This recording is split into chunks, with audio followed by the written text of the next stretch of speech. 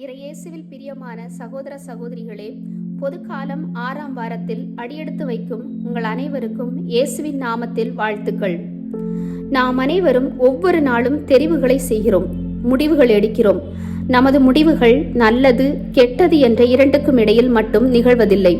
பல வேளைகளில் நல்லது, அதைவிட நல்லது, அல்லது சிறந்தது, அதைவிட சிறந்தது என்ற இரண்டுக்கும் இடையிலும் நாம் தெரிவுகளை மேற்கொள்கிறோம். இன்றைய வழிபாட்டு வாசகங்கள் நாம் மேற்கொள்ளும் தெரிவுகளை பற்றி சிந்திக்க நம்மை அழைக்கின்றன. இன்றைய முதல் வாசகம் சீராக்கின் ஞானம் 15ஆம் அதிகாரம் 15 முதல் 20 வரையுள்ள இறைவசனங்களில் கடவுளுடைய கட்டளைகளை கடைபிடிப்பது அல்லது அவற்றை கடைபிடிக்க மறுப்பது என்ற இரு தெரிவுகளை நம்முன் வைக்கின்றது. நல்லது கெட்டது என்ற இரு நிலைகளுக்கு இடையில் நாம் மேற்கொள்ளும் தெரிவு இது. கட்டளைகளில் சொல்லியிருப்பனவற்றை சற்று மாற்றாமல் பின்பற்றுகிறோமா, அல்லது கட்டளைகளில் காணப்படும் உள்ளார்ந்த பொருளை உணர்ந்து அவற்றை பின்பற்றுகிறோமா என்ற கேள்வியை இன்றைய நற்செய்தியில் மத்தேயு 5ஆம் அதிகாரம் 17 முதல் 37 வரையுள்ள இறைவசனங்களை இறைவன் நம்முன் வைக்கிறார். அதாவது நல்லது மற்றும் அதைவிட நல்லது என்ற இரு நிலைகளுக்கிடையே நம்மை தெரிவு செய்ய சொல்லி இயேசு நமக்கு சவால் விடுக்கிறார். கொழுந்து விட்டு எரியும் நெருப்பு பார்க்க அழகாக இருக்கும். அந்த அழகினால் ஈர்க்கப்பட்டு குழந்தை ஒன்று நெருப்பை நோக்கி தவழ்ந்து செல்லும் போது அதை தடுக்கிறோம். குழந்தை எவ்வளவுதான் அடம்பிடித்து அழுதாலும் நெருப்பின் அருகே குழந்தை செல்வதை நாம் அனுமதிப்பதில்லை. ஆனால் நெருப்பையொத்த எத்தனை விபரீத ஆசைகள் நம்மை ஈர்த்துள்ளன.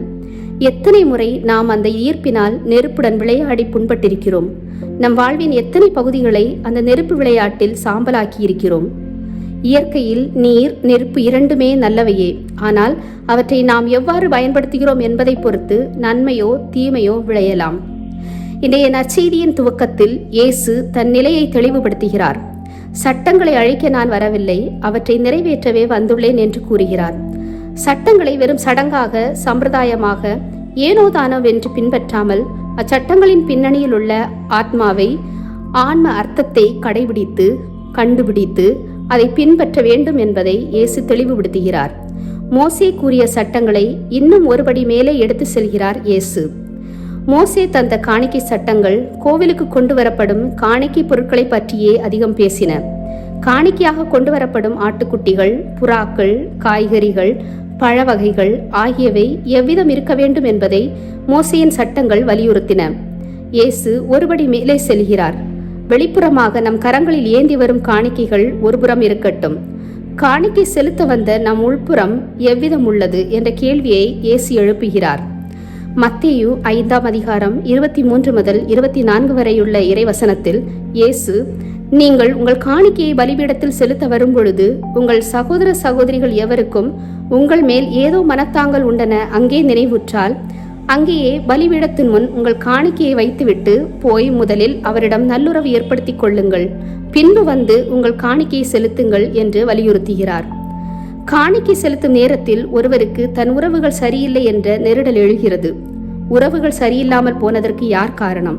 நாம் காரணமா, பிறர் காரணமா என்ற கேள்வியும் எழுகிறது. காணிக்கை செலுத்த வரும்போது நீங்கள் உன் சகோதர சகோதரிகள் மீது மனத்தாங்கல் கொண்டிருந்தால் என்று இயேசு சொல்லவில்லை. மாறாக அவர் தரும் சவால் இன்னும் தீவிரமாய் உள்ளது. பீடத்திற்கு முன் நீங்கள் நிற்கும் போது உங்கள் சகோதர சகோதரிகள் எவருக்கும் உங்கள் மேல் ஏதோ மனத்தாங்கல் உண்டன அங்கே நினைவுற்றால் என்று இயேசு கூறியுள்ளார். அவர் தெளிவுபடுத்த விரும்புவது இதுதான். சகோதர சகோதரிகள் நடுவே உருவாகும் மனத்தாங்கலுக்கு நாம் காரணமாக இல்லாமல் அடுத்தவர் காரணமாக இருந்தாலும் அதை உணர்ந்த உடனே நமது காணிக்கை சடங்குகளை நிறுத்திவிட்டு முதலில் அவர்களுடன் நல்லுறவை உருவாக்க நாம் செல்ல வேண்டும் என்று கூறுகிறார் இயேசு. சரி, பிறர் நம் மீது மனத்தாங்கல் கொண்டிருப்பதற்கு பதில் நாம் அவர்கள் மீது மனத்தாங்கல் கொண்டிருப்பதாக உணர்ந்தால் என்ன செய்வது? இக்கேள்விக்கு இயேசுவின் பதில் எப்படி இருக்கும் என்று எளிதில் கற்பனை செய்து கொள்ளலாம். உன் சகோதர சகோதரிகள் மீது நீ மனத்தாங்கல் கொண்டிருந்தால் காணிக்கை செலுத்துவதை பற்றியே சிந்திக்க வேண்டாம். முதலில் நல்லுறவை உருவாக்க முயற்சி செய், பின்னர் உனது காணிக்கையை பற்றி சிந்திக்கலாம் என்று திட்டவட்டமாக சொல்லியிருப்பார் இயேசு. காணிக்கை செலுத்துவதற்கு முன் பிறருடன் நல்லுறவு கொள்ள வேண்டும் என்ற இயேசுவின் இந்த ஒரு சிறு கூற்றை மட்டும் முழுமையாக கடைபிடிக்க வேண்டும் என்று நாம் விளைந்தால் நமது நல்லுறவுகளை ஏற்படுத்த முயற்சி செய்வோம். காணிக்கை சட்டங்களைப் போலவே அடுத்தவர் மீது தொடுக்கப்படும் வழக்குகள் பெண்கள் மாண்புடன் நடத்தும் முறை, மணவிலக்கு, பொய்யானை என்று பல விஷயங்களில் மோசே தன் சட்டங்களை தாண்டி உன்னத வழியை பின்பற்ற வேண்டும் என்று சவால் விடுக்கிறார் இயேசு. இன்றைய நற்செய்தி முழுவதும் இயேசு எடுத்துக்காட்டும் பல சட்டங்கள் வெளிப்புறத்தை சார்ந்தவை.